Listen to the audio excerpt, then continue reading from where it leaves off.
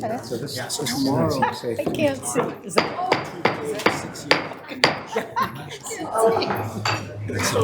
Okay. I call to order the May 2025 meeting of the Finance and Operations Committee of the University of Minnesota Board of Regents. Good afternoon, everyone. Thank you. Thank you to those who are joining us by way of live stream and those attending in our boardroom here on the Twin Cities campus and by way of Zoom. I would like to welcome our student representative for today, Jocelyn Sturm. Welcome. And we'll get going with our business. So the first item on this afternoon's agenda is here to hear the annual Workforce and Human Resources Strategy Report. Here to provide the report is Vice President for Human Resources, Ken Horstman. Welcome, Vice President Horstman, and you can proceed whenever you're ready.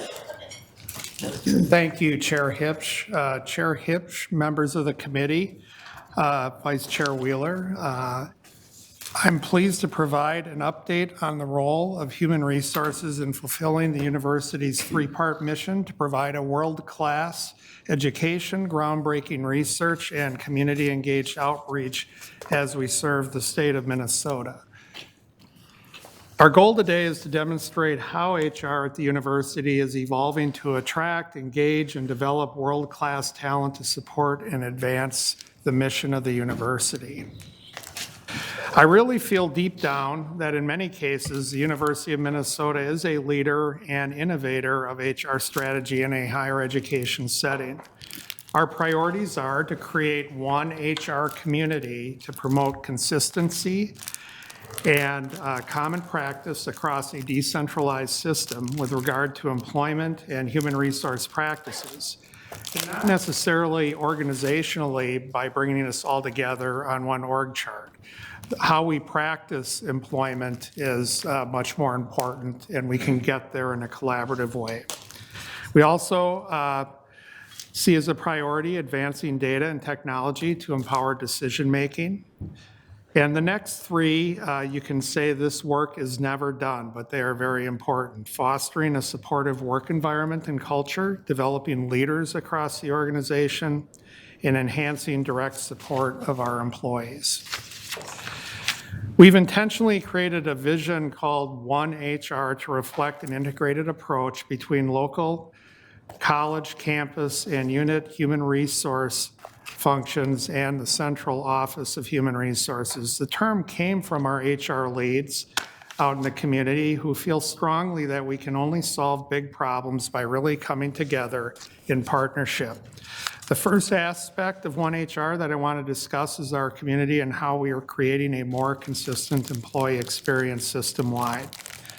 As the Vice President, I maintain a dotted line relationship with each of the 34 designated HR leads across the system. And they, as the face of HR for faculty, staff, students, and retirees in their local community, align their services with the goals and strategies of their campus, college, or unit. Our HR leads bring their knowledge of how HR is practiced within their unit and the respective challenges and opportunities they face into the full HR collaboration with our office and the rest of the system. The Human Resource Office's role is to provide 6 centers of expertise that are listed on this slide that support unique but interrelated services. Very seldom do one of these 6 centers of expertise function alone on their own. Typically, there are 2 or 3 or all 6 of them working collaboratively on solutions to complex issues. These centers support policy development and set and share best practices with the HR leads community, informed by the collaboration and feedback from our local HR teams. They develop the strategy's foundation to advance the HR practice at the university. Together, the HR leads and their teams, along with our office and the centers of expertise, have a dynamic collaborative relationship, and we will continue to grow this over the next year. We work closely together to weave together our centralized policies, systems, and services, plus the business strategies of our campus, colleges, and units to produce a positive workplace experience for faculty, staff, and student workers. And then there's a second element to this strategy. For this approach to work well, we need to innovate and partner effectively on an integrated approach to HR across the system. We've been intentional about bringing our community together to work side by side.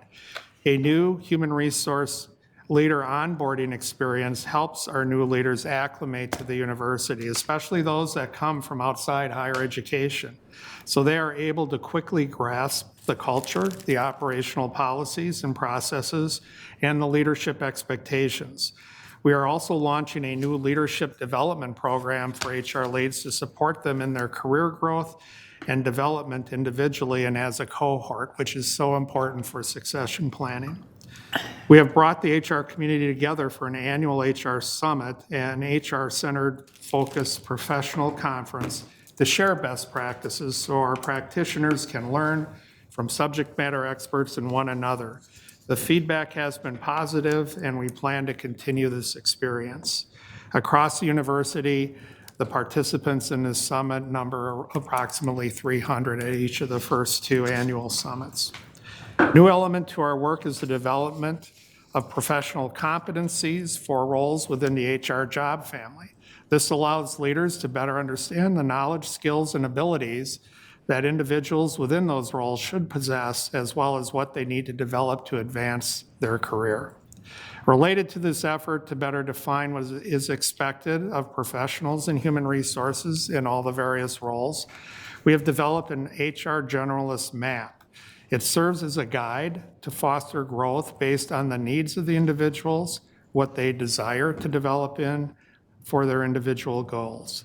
For example, someone who is an HR supervisor in an operational function and wants to advance to become a manager of a broader system function in HR would work with their supervisor to determine what competency they need to focus on and then set a goal related to that competency, working with their leader to develop a path to grow in that role.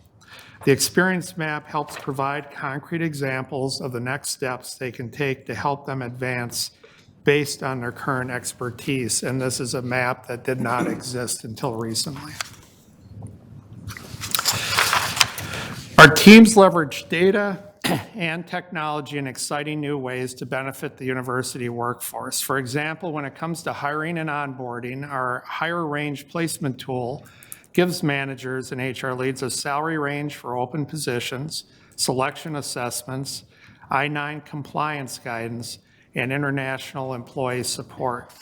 We've reduced the time to hire by 40% for OHR staff leadership searches, which are now possible to do as a result of our peak staffing ops implementation. This has moved our time to hire from 150 days to which was the average for external firms that had done similar roles at the university in the past, to an OHR average of 90 days, and we're not done reducing that yet.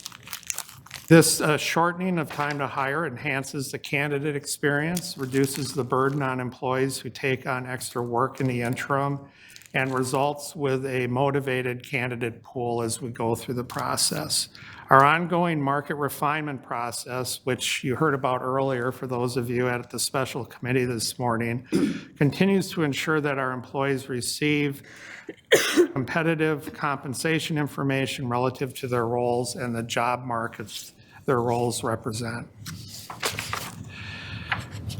OHR has created a standardized performance appraisal tool, or PAT as we call it, that is now used by many units and departments for staff performance management, and it's significant given our decentralized environment. We can do better, but we're getting very far on the staff side with this tool, and it does emphasize multiple discussions throughout the year on goal setting and development between supervisor and employee.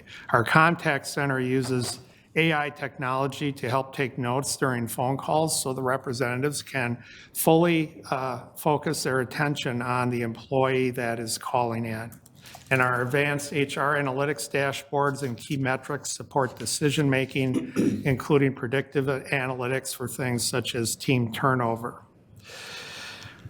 We're fostering a supportive work environment and culture in a number of ways. Our EDI team, Equity, Diversity, Inclusion, presents an HR inclusion and practice session which focuses on fostering a talent pipeline inclusive of all communities, reducing systemic barriers in talent management, and also focuses on how our benefit offerings can improve in equity for all and inclusiveness for all. This team also provides the Intercultural Development Inventory Consultation, or IDI, across the system. To date, over 700 employees have engaged in this work, and this effort is just not a one-time analysis. It takes leaders through a process to determine their level of cultural capacity with regard to our overall community, then spends time with the leadership and unit to determine how this new awareness can be reflected in their work and work plans going forward. Our office partners closely with the provost and faculty affairs offices to ensure awareness and alignment on a range of topics that impact both faculty, staff, and as part of that collaboration, our employee and labor relations team has a dedicated consultant now with collegiate HR experience who brings a deep understanding of academic employment in our partnership with the provost office.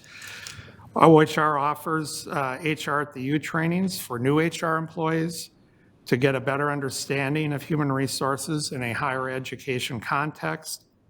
The ELR team most recently developed training for supervisors of graduate students represented by the GLUUE union, which was demanded by the union, understandably so, and I think the faculty participating in it, who are mainly the supervisors, have appreciated it to this point. We believe a positive and supportive workplace begins with supervisors and leadership, and we have intentionally made strides to support and improve the employee-supervisor relationship. HR staff and supervisors are supported in creating a positive work environment via manager consultations with our employee assistance plan providers, earning a new performance management certificate, and we also provide investigations trainings, which is important. We support developing leaders no matter what stage of the journey they're in, including academic leaders. Individual contributors can participate in a program called Leadership on All Levels. Last year's cohort included participants from all units and 3 out of 5 campuses.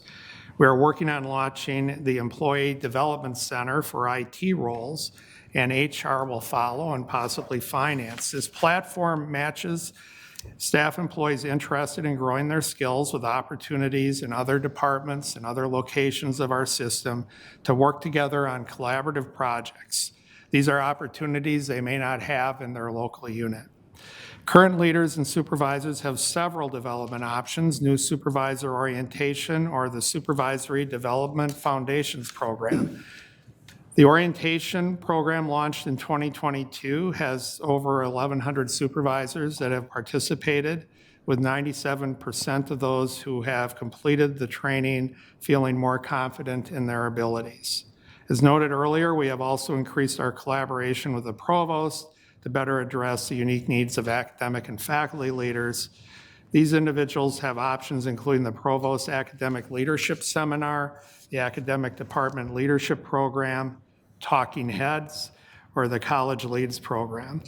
Within the Academic Department Leadership Program through 2024, OHR has worked with leaders of 50 academic units in total, including department heads and chairs, center directors, and vice chancellors across 18 different campuses and colleges. Looking ahead, we are working to launch a pilot program to support coaching skills for supervisors via the Manager as Coach program. Our contact center often serves as the first point of contact for anyone who needs assistance, including current and former employees, retirees, job applicants, local HR units, and third-party agencies. In 2024, the contact center, made up of, when fully staffed, 10 individuals, responded to almost 22,000 phone calls and over 35,000 emails. This word cloud highlights the main topics by volume, which are benefits, job application status, tax forms, public service loan forgiveness programs, and of course, payroll. As the first point of contact, this team identifies common themes and pain points for our employees, which help OHR develop new programs and content or improve processes. In addition, we serve the needs of employees by providing leave of absence administration assistance, expanded mental health options through Lyra Health, and a well-being program that has been expanded to all employees from just those that were on the health plan. Employees have responded positively to these, and we continue to make improvements based on their feedback. This year, the university is transitioning retirees on Medicare from a group plan that was fully insured to an individual marketplace coverage starting the first of next calendar year. This is actually an improvement for our retirees. They will have concierge-like advisors steeped in Medicare knowledge that have worked with seniors and retirees, and they will help navigate private insurance and Medicare. There are many options beyond having a small number of group plans that may be the perfect fit for our retirees, and this service will allow them to find those. Beyond initial plan selection, the navigators provide lifetime advocacy, helping retirees with claim questions throughout their coverage.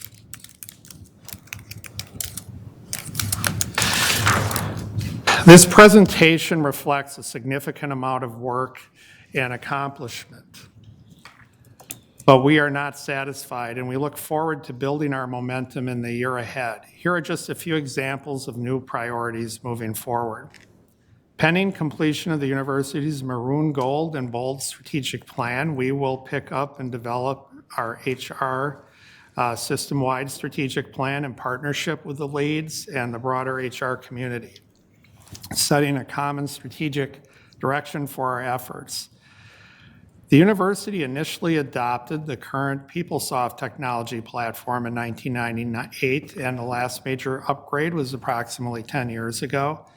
Internally, we are informally discussing and taking stock of the current HR system environment nationally to prepare our internal HR team to be ready at the university for when a future ERP solution seems necessary. This may still be years away, but technology is changing fast, and every year it gets a little closer, and we want to be ready. We know that recent legislation has changed the employee and labor relations landscape, and we are building additional capacity for our labor relations team to respond to these changes. Part of this work will include restructuring and expanding the employee labor relations team within our office, create a bench of internal experts across employee groups, including an increased expertise in faculty and academic staff. OHR will work in partnership to lead and support longer-term compensation strategy for the university's workforce, originally in response to the university's Senate's Workforce Reinvestment Resolution, but we envision in some way a standing compensation work group or committee that will develop a long-term compensation strategy and priorities for the university in collaboration and support of the work of other leadership groups such as the Budget 6. As mentioned earlier, in a new program that we're excited about launching this summer is focused on HR lead development. This role is very pivotal to the success of one HR community, and through the reallocation of OHR resources, we will be able to focus considerable time and talent to ensure that our leads have access to a program that is meaningful, purposeful, and impactful. The program aims to support their leadership development through assessment, coaching, collaboration, and problem solving, while ensuring they understand how to support their leaders and employees in our complex workplace. 90% of our job families have now gone through market refinement, and we will be completing the remaining market refinements to ensure there are pathways to grow and specialize while providing more precise wage data for more roles at the university, and we hope to have that done in 2026. While we celebrate the great work we've feel good about doing with ourselves and our local HR partners. There are some hurdles we face in the work we do. I mentioned just recently, or in the last slide, PeopleSoft and future ERP discussions.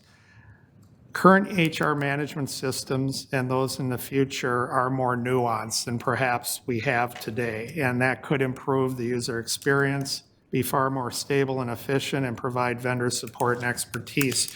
Additionally, it could reduce system costs that are distributed locally right now, and hopefully avoid adding one-off systems to support things that are logical to support, like faculty hiring.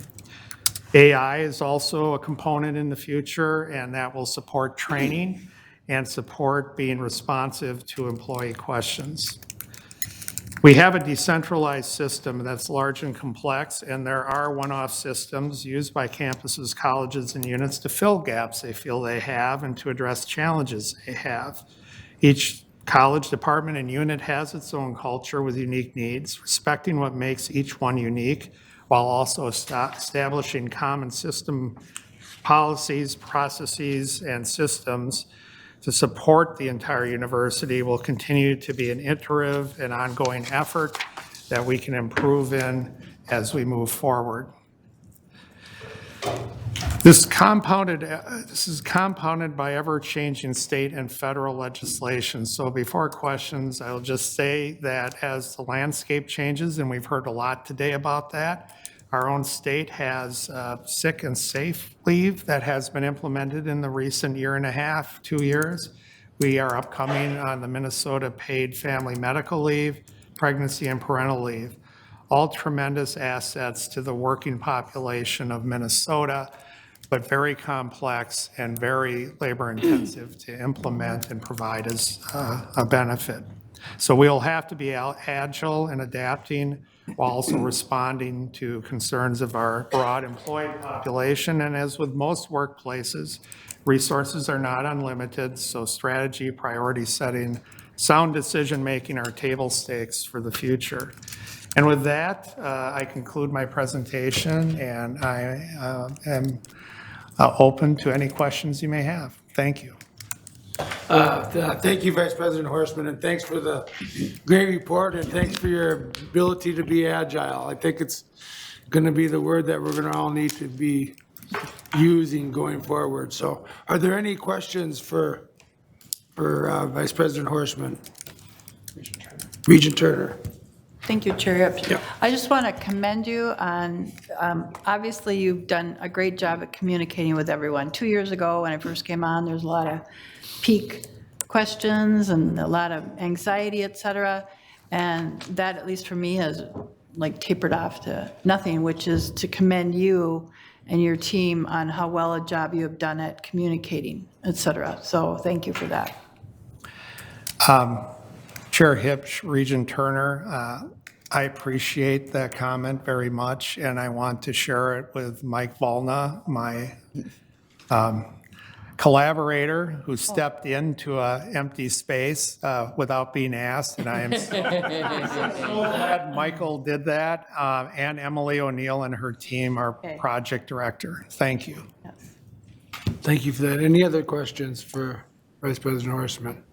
Well, I thank you and appreciate your report. Okay. Our next topic is to receive the annual report on sustainability. Now, here to provide the chief, let me start over. Here to provide the report is Chief Sustainability Officer Shane Dennis. Say that 5 times fast. So, Executive Vice President Goldman, would you like to tee up this item? Thank you. Thank you, Chair Hipp. The annual report on sustainability is required by board policy and reflects the progress and ongoing commitment of the university to sustainability across our teaching, research, outreach, and operations. Today, you will receive an update on how we are advancing the university's sustainability goals that were identified in part of the MPACT 2025 System-Wide Strategic Plan. That work has included developing next-generation climate action plans across our 5 campuses, embedding sustainability into all facets of the university mission, and building system-wide leadership and governance structures to support its long-term effort. You will hear specific examples of how the university continues to demonstrate both state and global leadership and sustainability. Through our educational offerings, research initiatives, community engagement, and operations, we're positioning sustainability not as a standalone effort, but as a fully integrated priority across everything we do. This year's report also highlights external validation of our efforts through international and national rankings, including improved performance in the Times Higher Education Impact Ranking and continued success in the STARS Sustainability Rating, where several campuses have achieved gold ratings. Here today to walk us through the report and these accomplishments is Shane Stearns, the university's Chief Sustainability Officer. Shane? Thank you, EVP Goldman. Thank you, Chair Hipsch. Members of the committee, really appreciate the opportunity to be here today and deliver this report to you.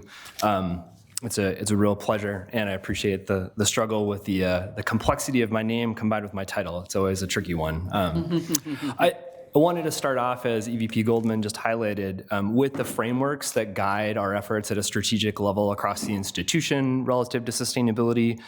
We principally have two North Stars. The first is the Sustainability and Energy Efficiency Policy that the Board of Regents adopted in 2004.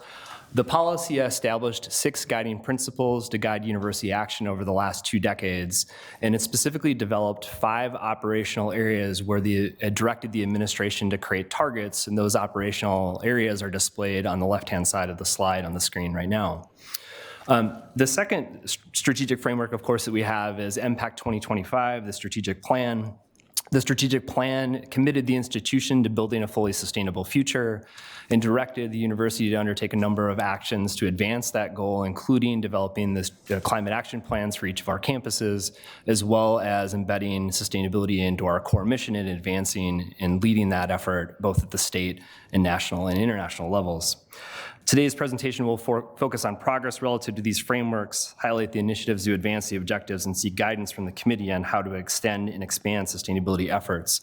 The bulk of my presentation today will particularly focus on what we do in the facilities, finance, operational space around sustainability, as this is the purview of this committee, and we want to focus on areas that are of import in that area as well. I'm going to start off and drill down into MPACT and the climate action planning, which you are well familiar with. Over the past 2 years, we've been developing climate action plans around the university system on a campus-by-campus basis. We've completed planning efforts at the Twin Cities, Duluth, Rochester, and Crookston campuses. Those plans have been approved by the president. They've been brought to the board for review. And so you have seen and experienced those plans as we've gone forward in conjunction with the campus planning effort that's being led by Planning Space and Real Estate. We are currently working on a plan for the Morris campus, and that is in its final stages of development and will be brought along with those campus plan, or the campus plan for Morris, to the board for review at your June meeting. As you can tell from the targets on the right-hand side of that chart, the climate plans establish ambitious goals for reducing the pollution that causes climate change and to make the campuses resilient to climate change's impacts. The goals and strategies to achieve these targets reflect the context and opportunities that are unique to each campus. So they're not cookie cutter, they're very much customized to what each campus brings and what each campus's challenges and opportunities are. The other thing I'll note about these emissions reduction targets that you see on the right there is that they're on top of emissions reductions that we've already achieved. So the university's had a long-term commitment to climate action. We started our first climate action plans in the late 2000s, or around 2008, 2009 timeframe. And cut our emissions 50% between 2008 and 2021. So we're building on that existing legacy of climate action, climate protection, and emissions reduction through these plans. The terminology we use around these being climate action plans might sound a little oxymoronic, like how do you have a plan that's also action-oriented, but I promise you that's really intentional. The bias in these planning documents is really toward action and implementation, and in fact, that's what each campus is doing. We are in the planning, resource acquisition, implementation, or ongoing operation phase of multiple strategies identified in the respective climate action plans. Examples of implementation work include hiring a graduate student to conduct research on green leases for UMR, purchasing electric vehicles for both UMD and the Twin Cities campus's fleet, pursuing grant funding for windbreaks and thermal storage at the Crookston campus, and a solar capital project for the Twin Cities campus that will be included in the fiscal 26 annual capital budget. As EVP Goldman reflected on, we've really shown leadership in our sustainability assessment externally, and we've articulated that commitment, as I mentioned before, to demonstrate state and worldwide leadership in sustainability in environmental teaching, research, and community power. To measure progress on that front, we identified 2 external assessment tools to measure how we're exercising sustainability leadership. The first is the Times Higher Education Impact Rankings. The impact rankings measure university contributions to advancing Global Sustainable Development Goals, or SDGs. SDGs are a set of outcomes and associated indicators that over 190 countries have agreed to. The impact rankings results are based on graduation outcomes, research impact, engagement programs, or operational programs in each of the SDG areas that we submit data for. Last year, over 1,900 higher ed institutions around the world participated in the rankings. We have participated in these rankings 3 times. Year over year, we've improved or maintained scores on the impact rankings, and our results from June 2024 are shown on the slide in front of you. We expect new results to be released in the middle of June 2025. The other tool that we use is the Sustainable Tracking Assessment and Rating System, or STARS. STARS is a transparent reporting framework for colleges and universities to measure their sustainability performance. It covers all aspects of university activity, including course offerings, learning outcomes, co-curricular programs, research, operations, construction, purchasing, workforce, and the endowment, just to name a few of the categories that we provide data for in the STARS tool. The university was involved in the development of STARS more than a decade ago, and it has become the preeminent tool for sustainability assessment. Our goal is for each campus to achieve a gold rating on the tool, and as you can see, 3 of our campuses have already achieved that rating on the STARS system. The Crookston campus submitted STARS for the very first time last year and achieved a silver rating, which is really an exceptional performance to have on the very first submission. The process is arduous. There's a lot of insights that come from participating in it. And Crookston right now is in the process of updating their submission and plans to resubmit this summer. And we expect, based on the data that we have, that they'll reach that gold target over the course of the summer. The Rochester campus is in the process of compiling their very first STARS submission this year. And in fact, we're we have the benefit of working with an AmeriCorps member, a Climate Corps member, to compile and work with the Rochester campus to assemble that data and assemble that submission. And she's in the room right now listening in and hearing about the work we do. And we're very fortunate to have Maisie as part of that team. We expect that we'll be able to announce and release those results from STARS for Rochester later on this year, and we'll update the board as we know more. We complete STARS ratings for campuses once every 3 years. This enables us to undertake improvements between ratings and to have the impact of those activities show up in the subsequent data. The results from these 2 sustainability assessment tools, STARS and the impact rankings, demonstrate that we are a state and worldwide leader in sustainability, but they also identify opportunities for us to grow that impact. The sustainability report included with your docket materials highlights initiatives, programs, and outcomes that are further evidence of our sustainability impact over the past year and have contributed to our scores on both of these different tools. STARS is also the tool that we use to assess progress on the board's policy objectives. As I mentioned before, the board policy directs the administration to have objectives and operations categories on the left-hand side of the table on this slide. The STARS tool has a number of measures referred to as credits that enable us to measure progress in these operational categories. We measure progress on the categories using the STARS credits listed on the right. The 2-letter and number combination that you see before each title is the STARS credit identifier. OP stands for operations, PA stands for planning and administration. Each credit has multiple fields and attributes and a rubric for transforming the quantitative, qualitative, and evidence-based data that we provide them into a composite score. In the subsequent slides, I'll share examples of the measures behind the credits that we are prioritizing, what those measures tell us, what direction we want them to head, why it matters, and what initiatives we have underway to improve in these areas. And I'll start with what we do in terms of building design and construction. This measure assesses performance based on what percentage of square feet we construct or undertake a major renovation are subject to a third-party sustainability standard. In order to improve in this area, what we need to do is we need to have more of our constructions subject to a sustainability standard, and we want to use sustainability standards that are higher and higher quality. This matters because building construction has a really significant impact on both human and environmental health. This would be a theme throughout, that the things that we're focused on have serious impacts on human and environmental health. In the building context, to put a kind of fine point on this, an example might be that the production of building materials, particularly cement as an example, if cement were an industry, or cement industry were a country, it'd be the 4th largest emitter of CO2 in the world.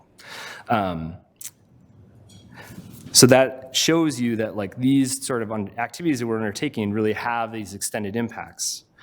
On top of that, we also know that people spend approximately 80 to 90% of their time indoors. So it's really important that the materials that we're putting into building spaces are also compatible with human health of the occupants as well as the health of the environment outside. Right now, we're already scoring really well on this metric. We have all of our new construction and major renovations are built and to meet and follow the state of Minnesota Sustainable Building Guidelines, which are a rigorous set of criteria that the state has promulgated and that is actually administered here at the University of Minnesota by the Center for Sustainable Building Research. Looking ahead, we're incorporating into pre-design on all new construction and major renovations an assessment of how we might get to net zero emissions in those building projects. And we're also evaluating sustainability certifications for new construction that might go above and beyond the SB 2030 requirements. And finally, we're piloting the use of something called LEED in existing buildings. LEED stands for Leadership in Energy and Environmental Design. It's a national standard, and they have a standard for both the construction space as well as the existing building space. And we are working on piloting use of the LEED existing building space to tell us more about our operational practices around building maintenance, custodial, and other things that we undertake in our existing infrastructure. Turning to operations, I'm going to focus on energy use. Energy use really is focused on 2 different things. One is what's the energy use intensity of our space, and then what percentage of our energy that we use in buildings comes from renewable sources.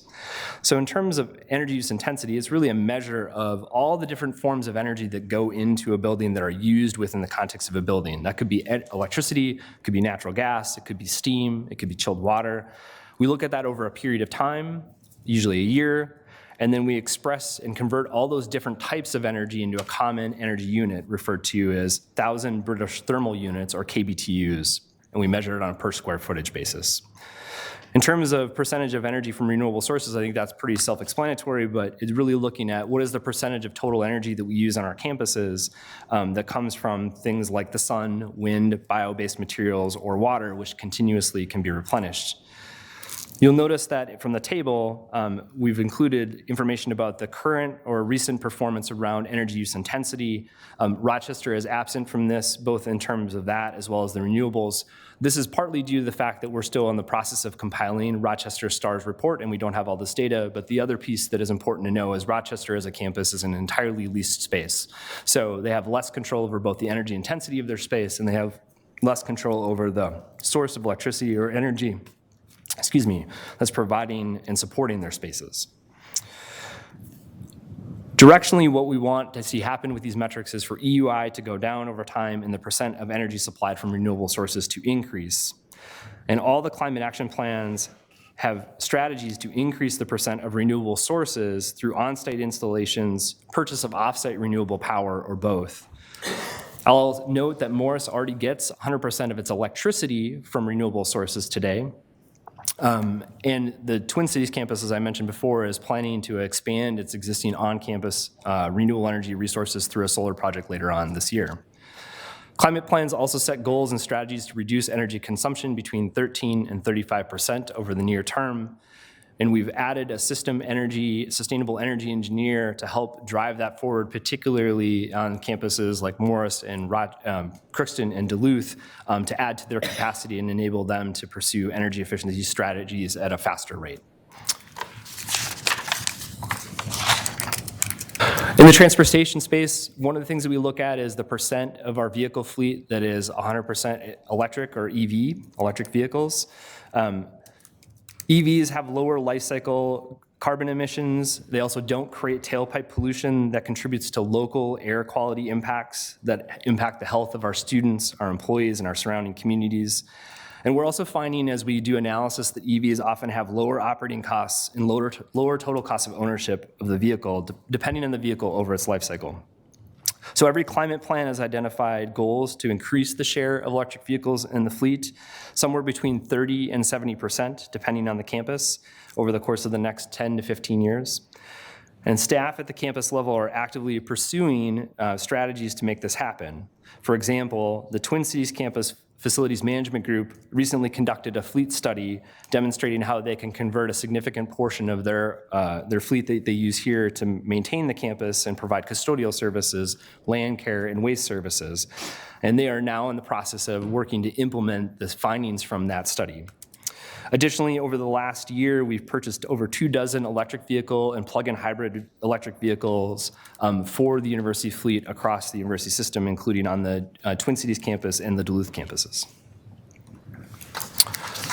In purchased goods, what we're measuring here is really the percent of our purchased goods that in certain categories that meet a third-party sustainability standard. And I've included here in terms of performance, 2 of the categories that we're particularly focused on in terms of our electronics, our computers, our laptops, our servers, as well as our cleaning supplies and custodial supplies that we use around the university. The goal here is to increase the percentage of purchased goods that meet these third-party sustainable standards. And we do this because the production and disposal of products can create significant pollution, and typically sustainable products have lower human health impacts from the production, use, and disposal. In terms of ways that we're working to improve, you can already see that we have real superstars among our campuses, especially in electronics purchasing and how they pursue sustainability criteria in their electronics purchasing. And they're continuing to build on this. Recently, the Crookston campus undertook an RFP for laptop procurement and included sustainability criteria in their RFP solicitation and evaluated vendors based on that criteria. On the cleaning products, we're also working with the Crookston campus, or I should say the Crookston campus is leading an effort to look at their cleaning products and analyze ways that they can make easy sort of one-for-one switches that are both also at cost parity to cleaner supplies that also meet the requirements of the campus in order to keep it clean, safe, and healthy. Finally, the category of waste management and abatement, we're focused on materials management and really measuring that through kind of 2 dimensions. One is, what is the waste generated per person per year, and what percentage of waste is recycled, composted, or reused? For these metrics, obviously, we're focused on how do we reduce that amount of waste that's generated per person per year, and how do we increase the percent that we recover? Many materials are finite in nature, and reducing the waste and capturing rather than disposing of these materials avoids extraction of new raw material. We can also recycle and reuse and compost in ways that also generate more local economic benefit and reduce that environmental and human health impacts that might occur because of incineration and landfilling. In terms of activities that are underway right now to increase or improve our performance in these areas, the Twin Cities campus is currently undertaking a zero waste planning effort to define a pathway and steps for how they will continually increase the percentage of waste that's recovered to get to a threshold that is referred to as zero waste, which is 90% of more of waste is either recycled, composted, or reused. And then in terms of composting, the Crookston campus, again, is leading on this effort, looking at ways that they can expand composting collection into their dining facility. You can see from what I've shared with you, hopefully, that we have a real strong foundation. We've made a lot of progress on our sustainability objectives, but I would, be remiss to tell you it's not without its challenges, and that, there are difficulties along this journey. Of course, challenges are a good thing, right? If it was easy, everyone would be doing it, and if it wasn't challenging, it wouldn't be a little interesting. But sometimes we wish it was just a little bit less challenging. Among the challenges that we have, I've put 4 on the list. These are by no means the definitive list, but they're ones that kind of rise to the top for me. First is this sort of dimension between first cycle cost and life cycle cost. Many sustainable choices involve higher first costs, but lower operating costs and often lower total cost of ownership. However, our ability to incur additional first costs is often limited, and our process and tools are often not able to quantify and appropriately value the total cost of ownership. An example of this might be a capital project, such as the Community University Healthcare Center, which is pictured on the slide. At that project, the team evaluated providing heating and cooling using a geothermal system. The system first cost was significantly more expensive and outside of the project budget, but with tax credits and reduced operating costs, it had a lower total cost. Ultimately, we were able to identify and pursue a third option that strikes a good balance between first and total cost as well as sustainability performance. But this kind of challenge that we encounter in the capital project process is not atypical. Compounding this, costs and benefits are often not aligned. The payer of a capital cost for an improvement may not be the beneficiary, and our EV transition is a good example of this. As I mentioned, EVs often involve lower total cost of ownership, which benefit the department or the commuter, but they require charging and electrical infrastructure improvements, which may be the responsibility of an entirely different department, which may not have the ability to recover some of those costs. So we continue to work and struggle with those challenges around how do we find good alignment between cost and benefit. Third, we have habit and path dependency. Many of our practices that today are supported by complex supply chains and systems and expertise that have been established over many decades. Shifting to sustainable solutions often requires changing the status quo and developing entirely new systems, habits, vendor relationships, and approaches. That work often falls to staff who are often at capacity. And to implement those sustainability challenges may not only require undertaking that sustainability work, but they also have to maintain the existing systems while they build the new, and that can really strain our ability to respond to that. In closing, I just want to emphasize, I think that we have an incredibly strong foundation of sustainability work at the institution. We made significant strides in advancing the board's policy and the impact commitment, and we have different strengths across the campuses, which we can really leverage. I think that this is something I really want to emphasize, is that all of our campuses are sustainability leaders in their own right, and often shine in different ways and find ways to connect with each other and share their respective strengths and learn from each other. These accomplishments position you well to continue to lead in sustainability in the future. And as I mentioned, these challenges that are notable are also opportunities that we can lean into with our collective strength. We've positioned a couple questions on this final slide around discussion for your reflection and response, particularly as you think about your role as board members and the board policy. We would love to hear from you what would be useful to you, what advice you have and guidance you have as we move this forward. And with that, I'll conclude and look forward to your questions and discussion. Thank you. Thank you, Vice President Chief Sustainability Officer Stennis. Is there any questions regarding this? Regent Canania? I don't like starting because I steal questions. Chief Sustainability Officer Stennis, thanks for the presentation. Really appreciate it. I think when we reviewed the campus master plans and now kind of merged the two, which is amazing.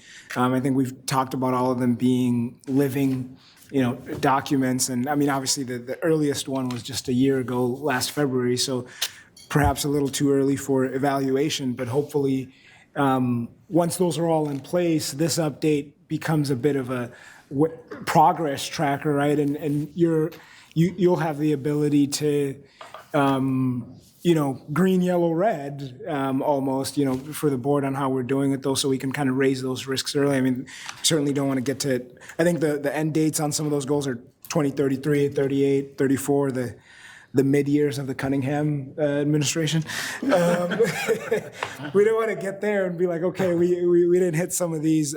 So I think the board's going to be looking forward to kind of keeping track of those.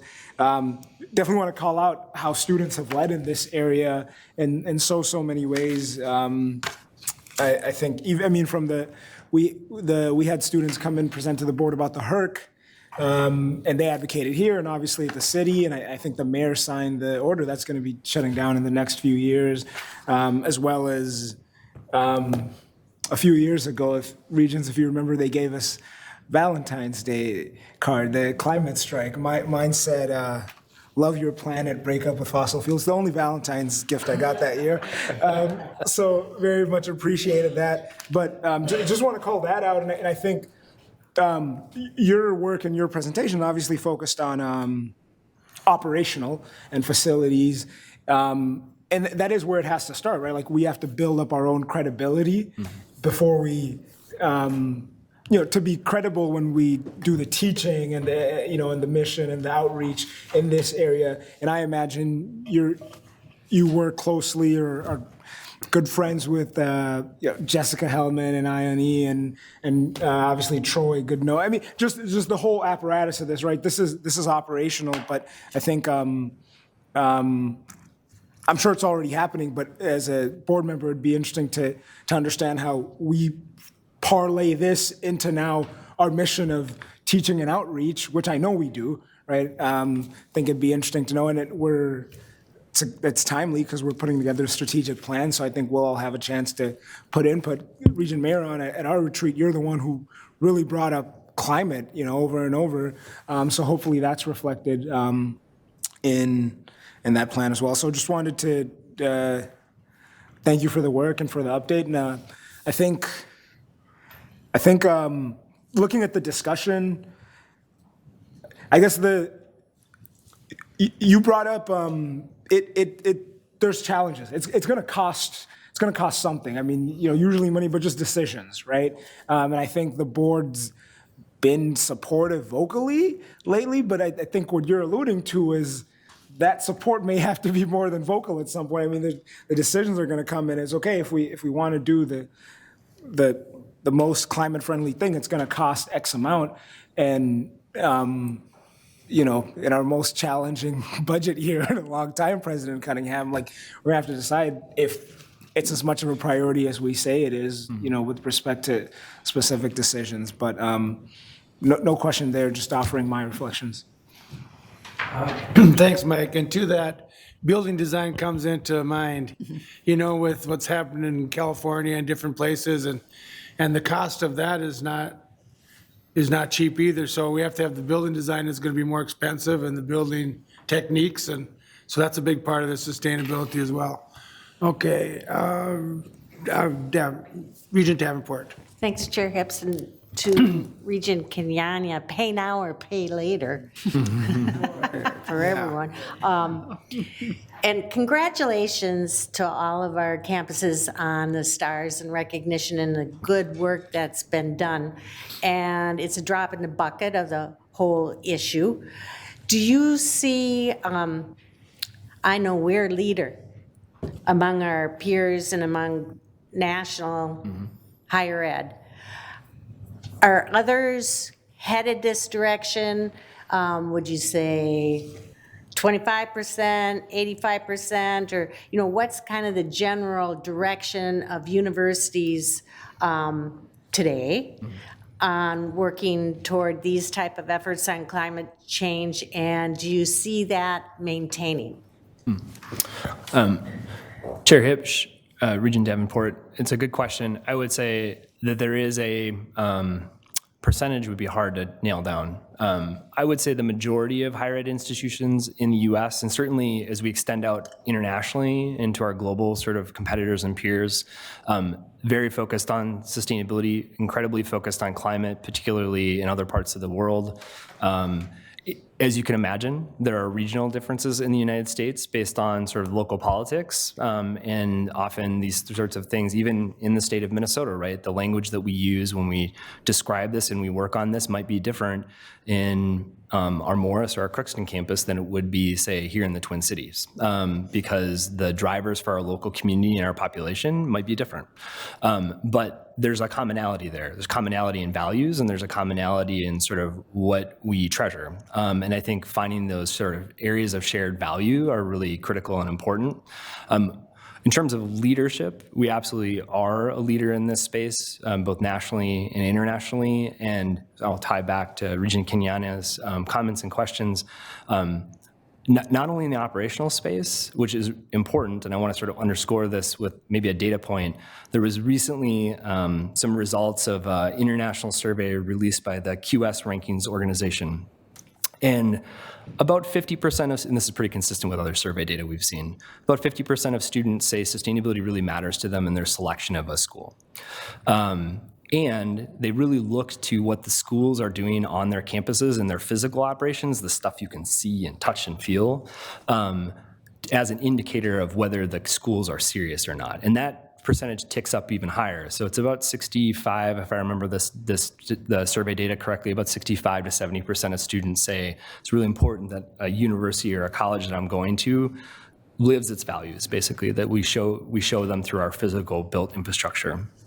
But then the next part is they really want to see leadership in terms of the curricular and academic programs. And that's something that when we look at the Times Higher Ed impact rankings and we look at our STARS data, and you'll see it reflected in the report that's attached to your docket, that really shows up as a strength. And it's a strength that we're continuing to try expand and build on. But it's not that we're doing lots of work in operations and nothing in curriculum or research. In fact, I would say we have amazing strength across the board, which is less common, to be certain. Thank you. Thank you.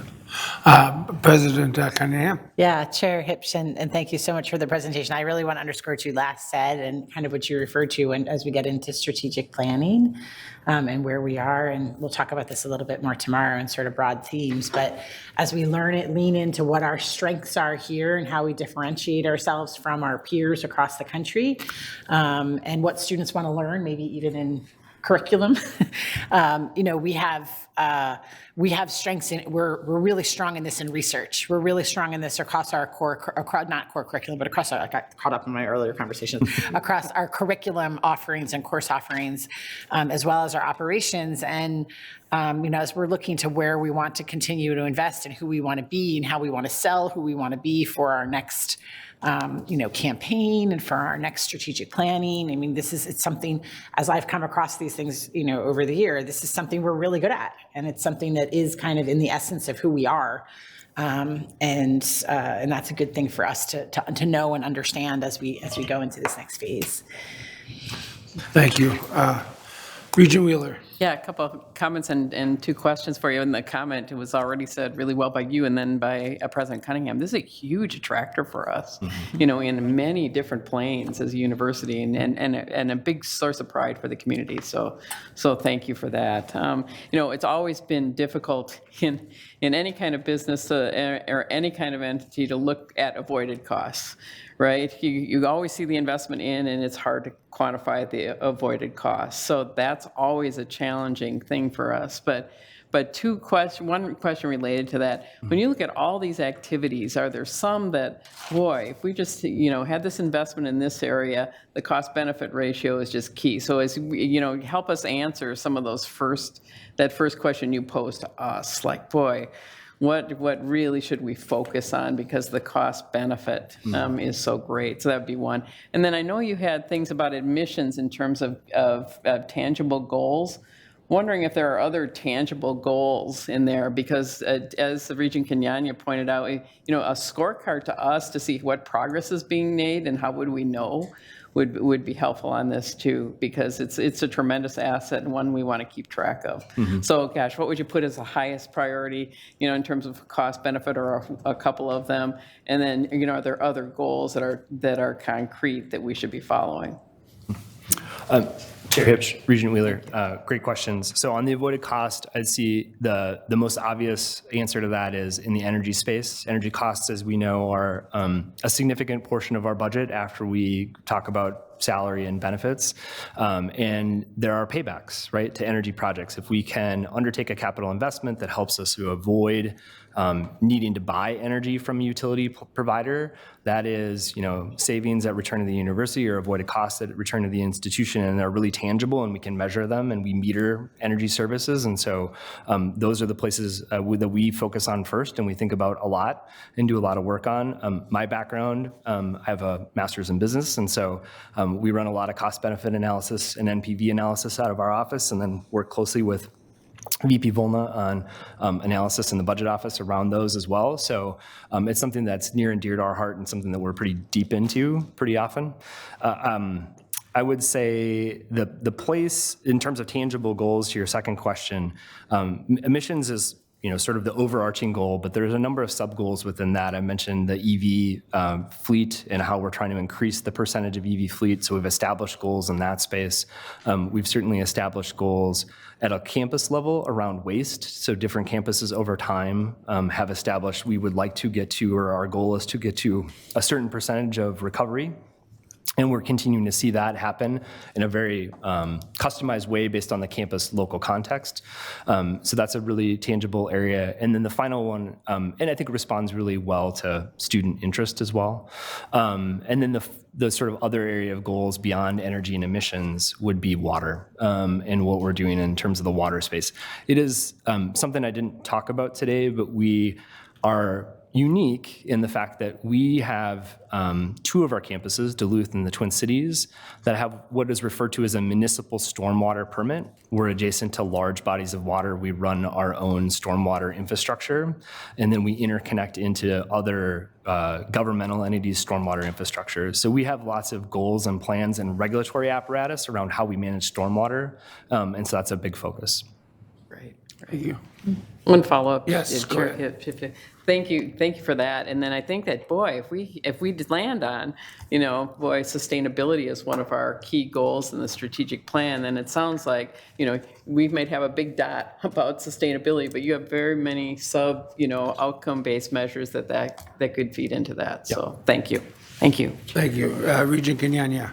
Yeah, thanks, Mr. Chair. Just to follow up as the discussion was going around, I almost mentally doubled down on my point. I mean, one thing that just hit me as we were talking, how unique it is to, I'm sure it's happening in other places, but this is probably the one area I can think of where the operational side is actually creating scholarship in a way. I mean, it's if you've hung out with Brian Herman or Troy Goodnow, those are labs. I mean, the things they're trying, some work, some fail.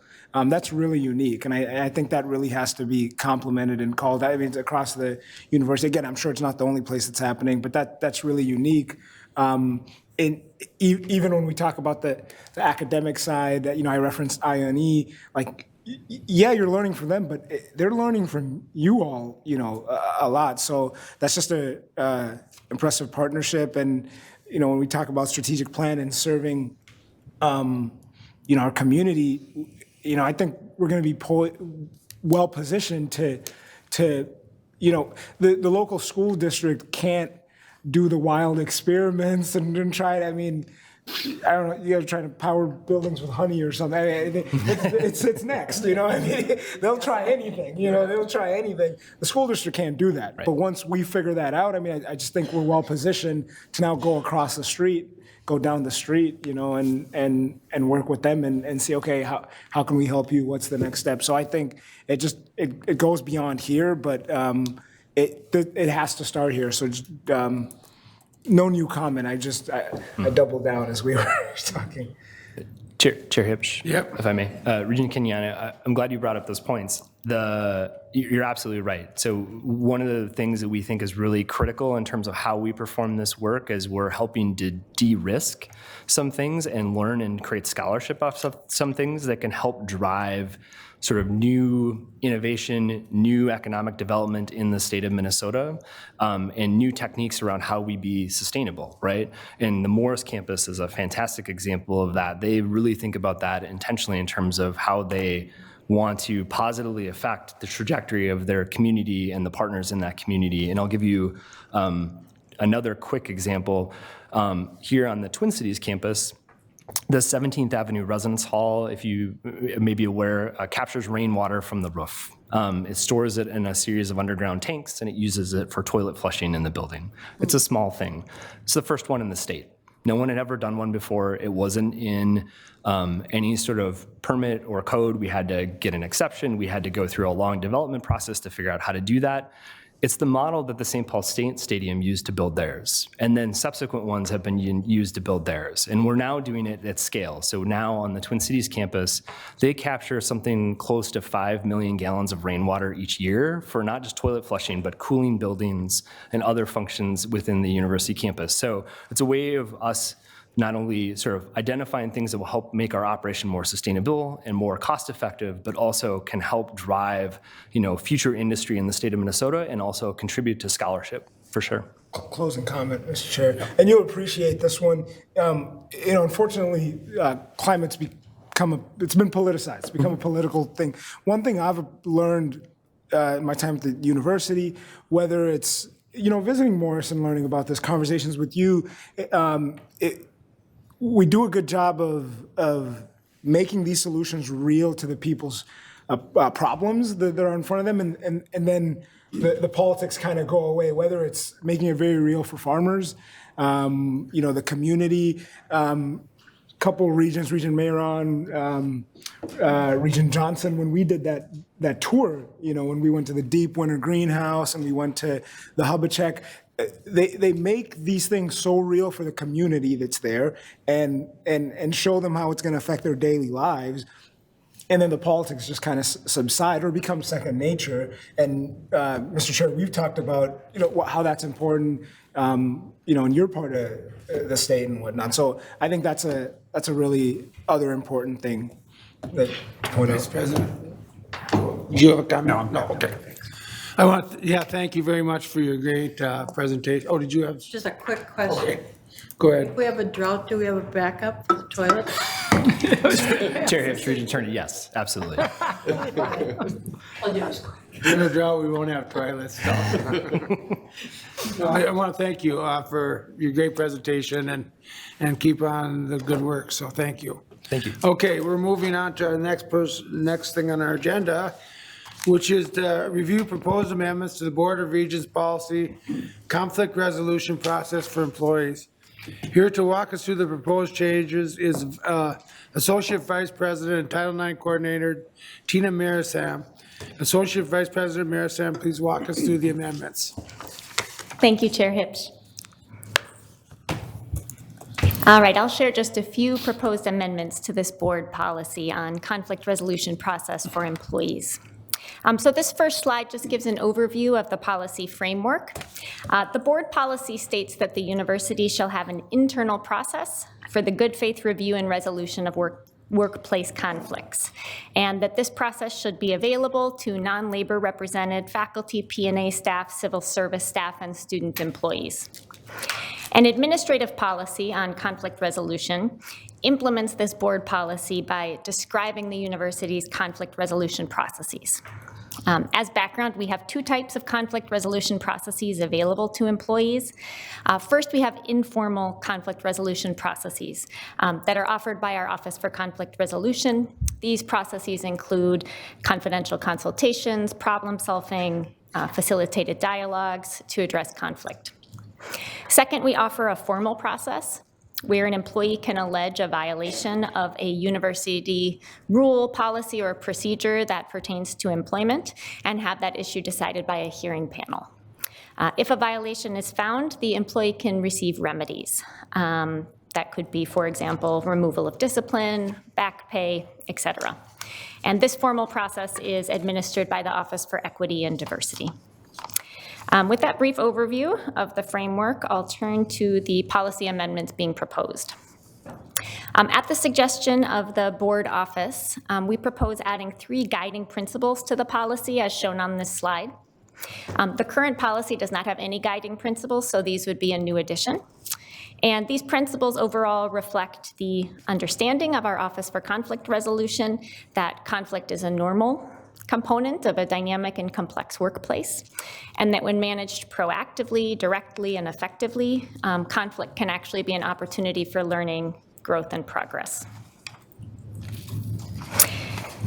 As shown on this slide, we're proposing a few additions to the policy section on conflicts involving the president or other employees who report directly to the Board of Regents. The new proposed language is highlighted in maroon. So the added language here provides the board with some flexibility to determine how to address an allegation that the president or other employee reporting to the board has engaged in a policy or rule violation pertaining to employment. In particular, the new language enables the board chair to determine whether to appoint an independent panel to review and make determinations on these types of complaints. In addition, we also propose simplifying the delegation of authority section of the policy so that it simply states that the president has the authority to administer the policy and adopt implementing administrative policies and procedures. The current policy requires that the president consult with the Conflict Resolution Advisory Committee and the University Senate before adopting administrative policies and procedures, and we've removed this specific requirement from the board policy for a couple reasons. First, the Conflict Resolution Advisory Committee is currently being sunsetted. And second, there are separate requirements outside of this policy that require consultation with numerous University Senate committees before changes to the administrative policy can be made. And then finally, as you'll see in the policy draft, we propose updating other policy language for clarity and also to align with board policy norms. Thank you. Thank you. Before we turn to discussion, I would like to remind committee members that this policy is before us today for review and is scheduled to return for action at our June meeting. With that, is there any discussion? Okay, hearing none, you did a great job, so we have no discussion. All right, thank you. Either that or they're getting tired. Because we had questions? Huh? Thank you very much. So next, we will consider the consent report. Executive Vice President Goldman, will you summarize the items in today's report? Thank you, Chair Hips.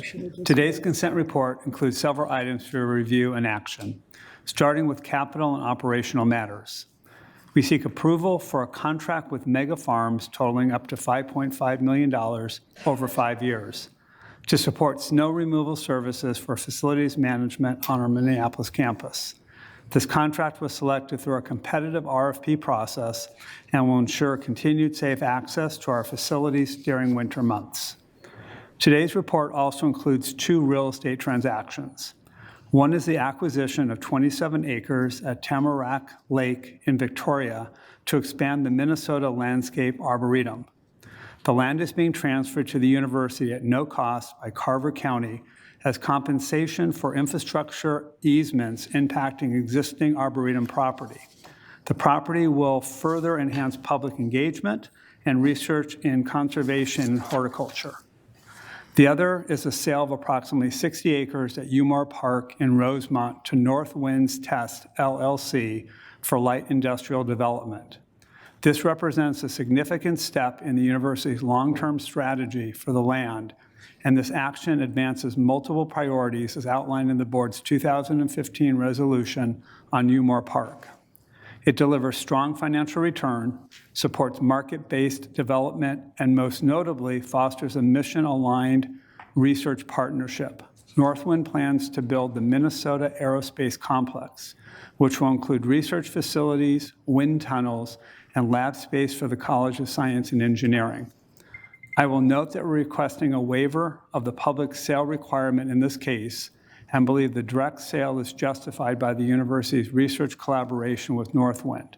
The $8.1 million sale price is within the appraised value and will resolve significant and would include significant environmental remediation, which Northwind will complete following closure, supported by grant funding and an escrow account funded by the university. This transaction also includes a 10-year right of first refusal for 100 adjacent acres, future infrastructure cost sharing provisions, and development guidelines to protect long-term value. Net proceeds will be deposited into the Umar Park Legacy Fund as previously directed by the board. We believe this is a strong strategic transaction, and with that, I would stand for any questions and discussion. Okay, thank you. Before we invite a motion to approve the consent report. There's more, just on that part. Okay, just on that. Are there any questions just on that part? Okay. All right, thank you. Sorry about that, Chair Hips. Yeah, no, it's all right. First, now there are 2 employment updates in our report. First, the appointment of Dr. R. Kip Guy as the next Dean of College of Pharmacy on the Twin Cities campus. His appointment is effective July 31st, and we're excited to welcome Dr. Guy to this leadership role and look forward to his expertise that he brings to one of our highly regarded colleges. The second employment item recognizes the longstanding leadership and deep institutional knowledge of one of our most trusted leaders and someone the board knows well. Today, we request your review and approval for the appointment of Michael Volna as the Vice President for Finance and Assistant Chief Financial Officer in the Office of the Executive Vice President for Finance and Operations. Mike has served the university for over 30 years, including many years as Associate Vice President for Finance and Assistant CFO. He has been instrumental in guiding the institution through complex financial challenges and opportunities and providing strategic and operational leadership across the university's system-wide financial functions, including oversight of accounting, financial reporting, debt management, and more. Mike was just elected vice chair for the National Association of College and University Business Officers, NACUBO, and will serve as board chair next year. As you may know, NACUBO is the preeminent higher education association for finance professionals, and this nomination highlights the value that he brings not only to the university, but to the profession as well.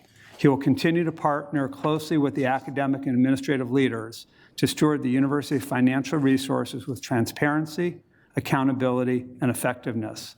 This new title will more fully reflect Mike's depth of knowledge, his leadership, and his essential role in ensuring the financial strength and stability of the university. I'm grateful for his continued service and partnership. And with that, I end my remarks. Thank you. Now, before I invite a motion to approve the consent agenda, you are welcome to ask questions, make comments, or ask for an item to be separated out from the report to be voted on separately. Are there any questions, comments, or requests to separate an item out? Okay, hearing none, is there a motion to approve on behalf of the board the consent agenda? So moved. Seconded. Is there a second? I heard a second. About 3 seconds. Any discussion? President. I just wanted to add my tremendous support for Mike Volna, for his tremendous service here at the university, and for the recognition for this position is very well deserved. Okay. Any other discussion? All in favor? Say aye. Opposed? A motion passes. Congratulations, Vice President Volna.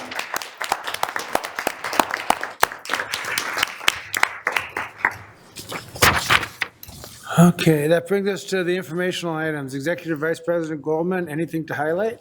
Thank you, Chair Hipsch. I will summarize briefly a few of our information items.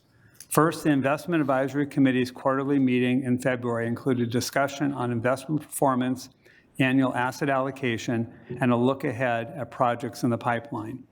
Next, the university plans to dispose of property located at 701 24th Avenue Southeast in Minneapolis, commonly known as the Murphy Warehouse site.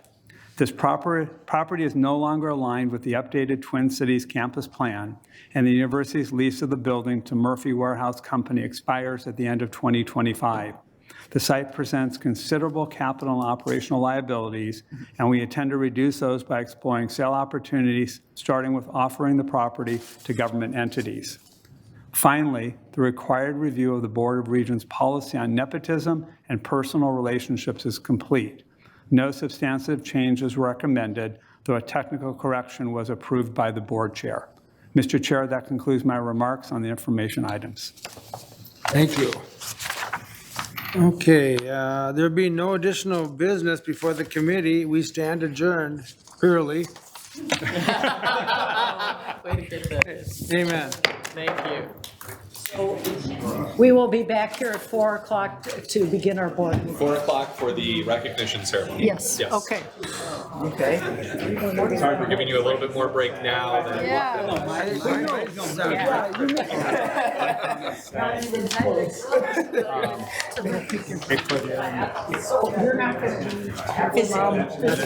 when I started. Sorry about that. No, And I'll have earphones on. It's,